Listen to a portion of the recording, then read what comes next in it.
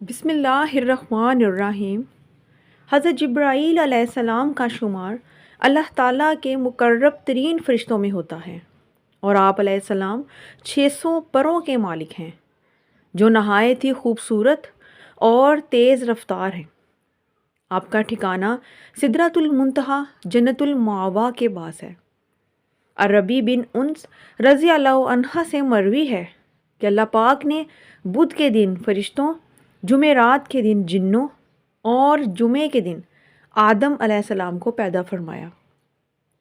جب اللہ تعالیٰ نے فرشتوں کی تخلیق فرمائی تو بے شمار فرشتوں کو پیدا فرمایا اور پھر ان کو مختلف کاموں پر فائز کیا۔ ان گنت فرشتوں پر صرف 4 فرشتوں کو ہی فوقیت دی گئی، اور ان چاروں پر بھی حضرت جبرائیل علیہ السلام کو فضیلت عطا کی گئی۔ منقول ہے کہ رسول صلی اللہ علیہ وآلہ وسلم نے ایک مرتبہ حضرت جبرائیل علیہ السلام سے دریافت فرمایا کہ کیا کبھی آسمان سے مشقت کے ساتھ بڑی جلدی اور فوراً زمین پر اترنا پڑا ہے؟ اس پر جبرائیل علیہ السلام نے جواب دیا، جی، 4 مرتبہ ایسا ہوا کہ مجھے فوراً زمین پر آنا پڑا۔ پہلی بار جب حضرت ابراہیم علیہ السلام کو آگ میں ڈالا جانے لگا تو میں اس وقت عرش الہی کے نیچے تھا۔ مجھے یہ حکم ہوا کہ ابراہیم کے آگ میں پہنچنے سے پہلے ان کے پاس حاضر ہو جاؤ۔ چنانچہ میں بڑی تیزی سے ان کے پاس پہنچا۔ پھر دوسری بار تب ہوا جب حضرت اسماعیل کی گردن پر چھری رکھ کر چلا دی گئی تو مجھے حکم ہوا کہ چھری کو الٹا دوں، تو پھر میں چھری چلنے سے پہلے ان کے پاس پہنچ گیا۔ تیسری بار تب ہوا جب حضرت یوسف علیہ السلام کو کنویں میں ڈالنے کے لیے رسا کاٹ دیا گیا تو میں بڑی تیزی سے کنویں میں پہنچا اور حضرت یوسف کو پتھر پر بٹھا دیا۔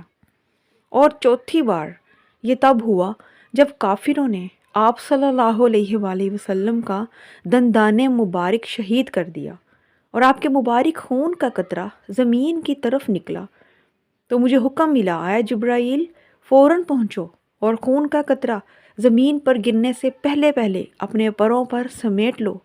یوں میں فوراً زمین پر آیا اور وہ قطرہ اپنے پروں پر اٹھا لیا۔ جب اللہ تعالیٰ نے حضرت جبرائیل علیہ السلام کی تخلیق کی تو انہوں نے اپنے جسم و جسد کی خوبصورتی کا مشاہدہ کیا اور اپنے وجود میں اللہ تعالیٰ کی بے شمار نعمتوں کا ظہور دیکھا، تو اللہ رب العزت کا شکر ادا کرنے کے لیے 2 رکعت نماز ادا کی، اور ان 2 رکعت میں 30,000 سال کی مدت لگی۔ جب نماز سے فارغ ہوئے تو عرض کی، یا رب العالمین، کیا کسی اور کو ایسی عبادت میسر ہوگی جیسے میں نے کی ہے؟ تو ارشاد باری تعالیٰ ہوا کہ اے جبرائیل، میں اپنے آخری نبی کے دور میں اپنی خالقیت سے ایسے گروہ کی تخلیق کروں گا جو 2 رکعت نماز بہت ہی کم وقت میں بہت سی کمزوریوں اور بہت سی کوتاہیوں کے ساتھ ادا کریں گے، اور ان 2 رکعت کا ثواب تیری اس نماز پر فوقیت حاصل کرے گا۔